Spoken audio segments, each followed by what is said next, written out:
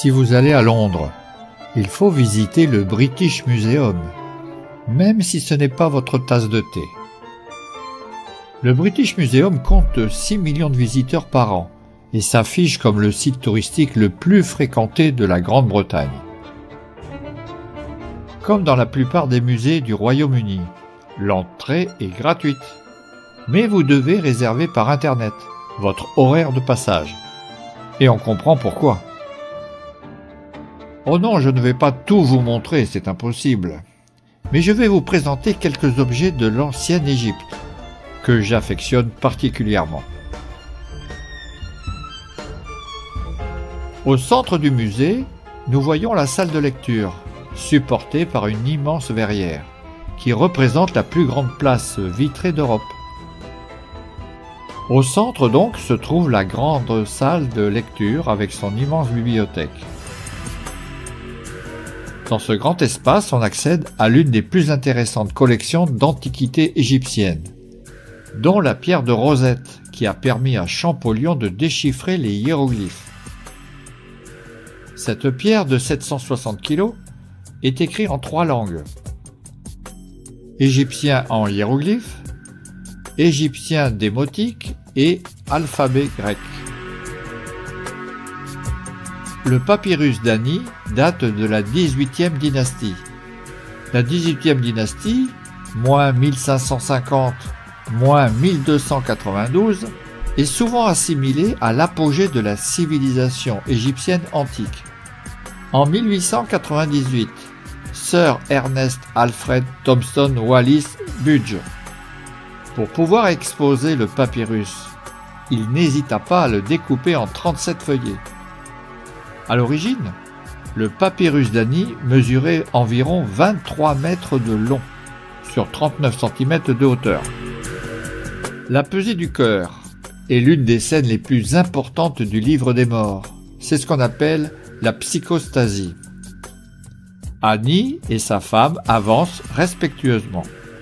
Leur attitude, courbée, signale une forte émotion intériorisée. Au centre, une grande balance qui est surmontée d'un babouin, l'animal sacré de Thoth, dieu détenteur du savoir. Nécessaire au bon fonctionnement de la balance et garant de l'exactitude de la pesée. Sur le plateau gauche de la balance est placé le cœur du défunt, le hati, considéré chez les Égyptiens comme le siège du caractère, des sentiments, de la mémoire. Au-dessus du cœur se tient le bât du défunt, l'oiseau à tête humaine qui suit le mort pendant son voyage et qui attend le résultat de la pesée. Sur l'autre plateau de la balance se trouve la plume de la déesse Maat, symbole de l'ordre, de la vérité et de la justice. Si la balance est en équilibre, le défunt est proclamé juste de voix et peut continuer son voyage. Là, Anubis, le dieu à tête de chacal, vérifie l'aiguille de la balance. Enfin, Thoth, aussi représenté à tête d'ibis, le scribe des dieux, note le verdict sur sa palette. Derrière lui, Amit, le dévoreur de la mort, qui a la tête d'un crocodile, le tronc d'un lion et l'arrière-train d'un hippopotame. Si vous désirez connaître toute l'histoire de la psychostasie, voir le lien de ma vidéo ci-dessus ou dans la description. Le musée possède aussi des peintures de la chapelle funéraire de Nebamoun, qui se trouve dans la rive ouest de Thèbes. Ici, Nebamoun est représenté debout, dans une petite barque, chassant et pêchant dans les marais. Sa femme se tient derrière et sa fille assise en dessous. Il tient un bâton de jet dans une main et 3 hérons leurres dans l'autre. Son chat est aussi représenté en train d'attraper 3 de nombreux oiseaux qui ont été effrayés du fourré de papyrus. Enfin, des poissons sont représentés sous la ligne de flottaison. Les vases canopes renferment les parties essentielles du défunt. Amset, à tête humaine, protège le foie. Hapi, à tête de babouin, renferme les poumons. Douamoutef, à tête de chacal, veille sur l'estomac.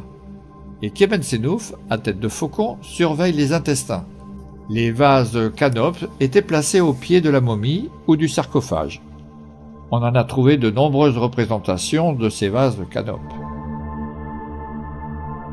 Une belle transition pour vous présenter de beaux sarcophages du British Museum. Voici le cercueil intérieur en bois de Hénout Miré, ce qui signifie la souveraine qui est pareille à Ré. C'est une reine d'Égypte de la 19e dynastie. Elle est à la fois une fille et l'une des plus grandes épouses royales de Ramsès II. La décoration est dorée. Et ici le cercueil extérieur en bois peint et doré. Notez que les yeux sont incrustés. Voilà le cercueil anthropoïde en bois, inscrit au nom de Nesperanub, avec le visage peint en polychromie, avec un registre vertical de hiéroglyphes en blanc sur le corps. La base et le couvercle du cercueil de Pensenor sont en bois. C'est un Libyen établi en Égypte. Le décor polychrome est peint sur fond blanc.